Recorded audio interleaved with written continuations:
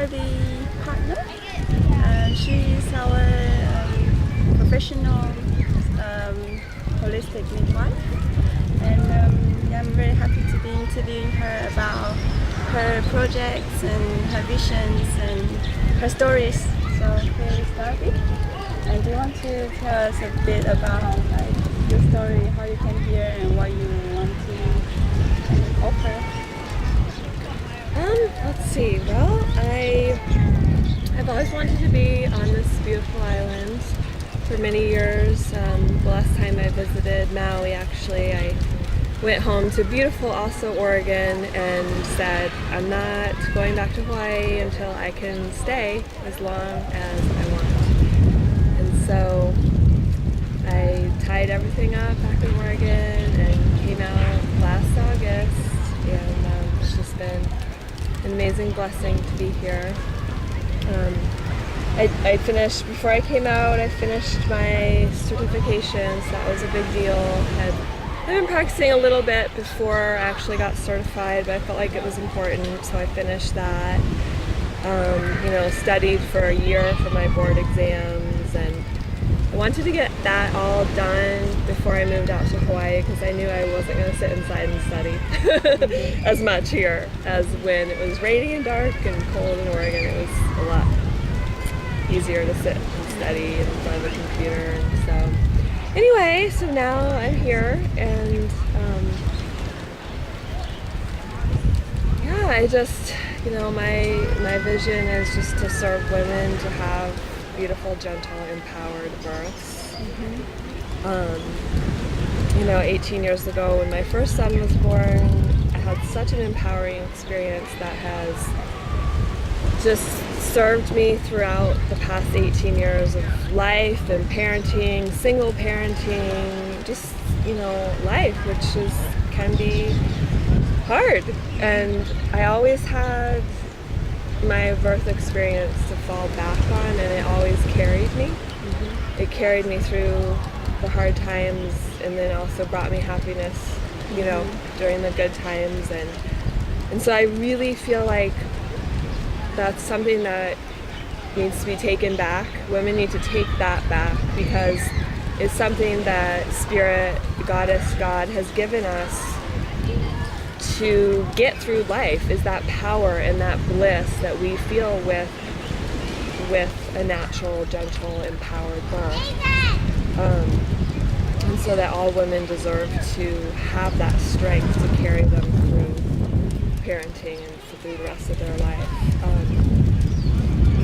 So just for women to take that back, and I want to empower women to just really hold on to that, that they deserve that power when they birth. They deserve to make all the choices, all the truly informed choices, and that's their choice. So, any test or any procedure is their option, and mostly everything that the medical model, is their protocol to do to everyone in a home birth setting. The women have the choice to do any of that. If they want that information or that test, they have that choice, but it's their choice. It's not, you have to do this, but it's, yes, I did the research. My midwife informed me about, the procedure, the test, and I'm choosing to do it because I want to, not because I have to. Yeah, can you tell us more about your empowering experience? Because I feel like most of the women in the world is missing that, and I have experienced that, and I know it's very powerful. For me, it's a rebirth. I feel like I'm a totally different woman. Yes, exactly. But it's kind of like when women are in fear, they don't see the options. They don't know that they have the option to experience something really amazing, but it's really something that they don't know. So can you tell us more about that? Well, I guess I would just really encourage every woman to go deep within themselves, to let go of any society type, just kind of rumors that they've heard throughout their life, maybe or maybe not. They've heard things, horror stories from family, friends, just depending on your upbringing, you may have heard just horror stories from your aunts, from your mothers your whole life. And so that really, some really blessed women have, like my mom, she had all natural births in the hospital, but totally natural, and she just did it. So I always heard that birth was, like good and okay, and it was always a good experience for her. So I heard that as a little girl, and it was really a blessing for me. But anyway, to just let go, and then the media. I mean, just the way that the media portrays. Yeah, it's an emergency, and a really beautiful saying is birth is an emergence. See? Not an emergency, And so it's just a beautiful emergence, and to really look within yourself and your own strength and your own spirituality, and to try your best to let go of any, negative things that you may have heard as a woman, and again, just realize that it's your right to give birth how you choose, and if it's in the hospital, that's absolutely fine too. It's what each woman chooses. And so some of us choose to be at home, and others choose to be at a birth center, and others choose to be at the hospital. And for me personally, I chose to be at home, and I don't know if I could have been at the hospital. I would have freaked out when all the people were, all the nurses were trying to bug me, and so for me, I see women who birth in the hospital, and I look at them and I say, I don't know how you did it. But yeah, anyway, back to the question. I don't know, I guess each woman's experience is so different, and so just, for women who are thinking about their options, just to really go within and to really sit in a quiet space and in a meditative, sacred space, and make that choice and seek out those who will support your choice. So I heard like your second birth, you chose the lotus birth, and it's like 10 years ago. So I'm quite surprised because I just learned about lotus birth like recently. So do you want to tell us like how did you find out about that, and how your experience was? Well, my teacher is a really sweet midwife named Margie, and she was my midwife, and she's also one of my mentors, and I've worked with her back in Oregon during births, and so she's also a dear friend. So Margie is the one who sort of started to teach me about it. Excuse me. She just mentioned it, and then I read Rachana Shibam has a really beautiful book called The Lotus Birth, and so it's just a small, sweet book, and she's out of Australia, where lotus birth is a little more popular than the U.S. And so I read her book, and so those two women are both my teachers with lotus birth, and Margie was the one who showed me how to do it. Very simple, nothing.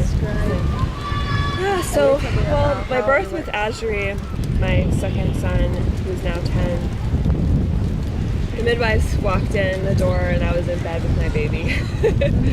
It was just, ended up just very fast, and me and his papa just did it ourselves in the bathroom. And anyway, so my midwives came in, and Margie, she just held the placenta bowl, and I squatted, and I squatted and pushed the placenta out, by myself. And then we had the placenta bowl, and when I was ready, I was holding the baby, and she was holding the bowl with the placenta. We just walked together, over to the sink, and then just really gently rinsed off all the blood from the placenta, all the clots, just rinsed it off in cool water. And then just laid it on some, I just used towels and cloth diapers, just laid it on some absorbent cloths for about 12 hours. And, the placenta just starts to kind of drain. And then after 10 to 12 hours, we just change the cloth, new cloths. And all the cloths just go in with the diapers and all the laundry we're doing anyway. And then after that initial 12 hours of draining, we just sprinkled it with a good amount of some nice fine dry sea salt. So a lot of sea salt on both sides. And then lavender, or herbs of lavender, rosemary, and then really anything else you like. Calendula, sage, rose petals are beautiful. Lavender especially I like because it's just such a Really calming for the baby too. and for mom, and just a beautiful smell. And so that's all you really do. I mean, it's very simple. Yeah, I have one question about that because we just had a mom recently gave birth, and I have been watching her whole procedure, and I saw that like the cord after a few days start to get a bit crispy and Right. it's a bit hard for them Yeah, to breastfeed. exactly. And Yeah, so the what do you- cord, that's another important thing. Thanks for bringing that up, because the cord does dry. Like a cord stump will dry hard, the cord will dry hard. So what it's a good thing to do after about the first day-ish is just kind of decide how you want the cord and lay the cord how you think you'd like to have it, whether it be long. So if you wanted it long, you do it long and then have the placenta sitting a little bit further away from the baby, you know.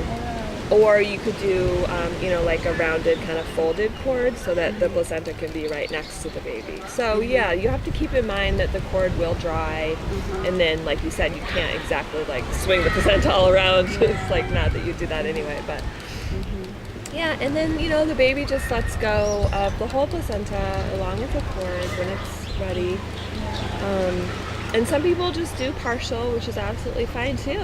Just whatever people want to do. The mama who we just had, she ended up she was interested in burning the cord right after the birth, and then she realized, no, I want to do a lotus birth. I said, okay. And then after about 3 days, she said, okay, I'm ready for the placenta to let go of the placenta, and she felt like baby was ready, so she just burned her cord. And cord burning is another thing we can talk about later. It's a very beautiful way to separate baby from placenta. Although really we could just talk about it now. All it is just, if you're doing it right after the birth, the cord is nice and juicy still, and it'll pop and snap a little bit, and it takes about 15-ish minutes, a little longer than you think. And you just want to be really careful that baby's protected. So I always have people have special burning boxes. I don't use that. I just use a plate and then just make sure baby's very protected. So, there's there's blankets or just something so baby's absolutely protected. And about that way long, start burning. And it's just, so if this is the cord, it's just 2 candles on either side. And then you kind of twist it as you go too. And just 2 candles are burning on either side. And one mom can hold, one midwife or father or friend or other midwife can hold. The thing about that it's a really valuable tool. Like for instance, right now, some of my midwife teachers are in the Philippines serving the typhoon victims, and there just was no midwives out there. You may have heard about it, but women are just having babies without help, and it's really these disaster situations where some of the midwives go, and so they're teaching them, and they did in the past, in the earthquakes in Indonesia, the tsunami in Indonesia, and all of that, to do the burning of the cord, because you don't need any sterile instruments, and it automatically cauterizes and sterilizes that cord. So it's huge, it's just huge for especially in disaster situations. But in our case, we're blessed, we're in a safe setting. It's still really powerful because what it does is it puts back the chi or the energy and that heat. The baby receives that heat from the candle, the fire, through, as you're burning the cord, the baby's receiving that life force. And then, some babies who may be, a little just not super, breathing that great. I mean, they're okay, but they're just kind of like a little out of it, or we've seen those babies like pink up and just start like feeling really, really, really good and healthy. And so, it's a beautiful way to separate baby from the placenta, and also really healthy. And do you recommend any way to deal with the placenta after the birth? After a lotus birth or just after a regular birth? Any birth? Yeah, Well, it's up to the mom. I'm really big, of course, with placenta encapsulation, which is another huge thing now. And funny because, 18 years ago when I had my first son, I just buried my placenta under an echinacea plant in the garden, and that was really sweet too. But I didn't know about placenta encapsulation or lotus birth, 18 plus years ago after I had my first son, Uriah. But now placenta encapsulation is really popular, even super just... Everybody seems to know about it these days. Yeah, in the Chinese medicine, they also do that. Yeah. And it's like very kind of precious medicine. Right, it is. Yeah. And so, I feel like, honestly, if you're not going to do a lotus birth, go right ahead and just encapsulate your placenta. Also, if you do a lotus birth, you cannot do... No, you really can't. You can do a partial lotus birth and wait about 24 hours, and the placenta still should be okay for encapsulation. But I wouldn't feel safe after about 24 hours just because it's like meat. So if you had a chunk of meat sitting out for 2 days, would you eat it? Probably not. But 24 hours, it's usually okay. So with the lotus birth, so that's the thing, you need to choose between one or the other.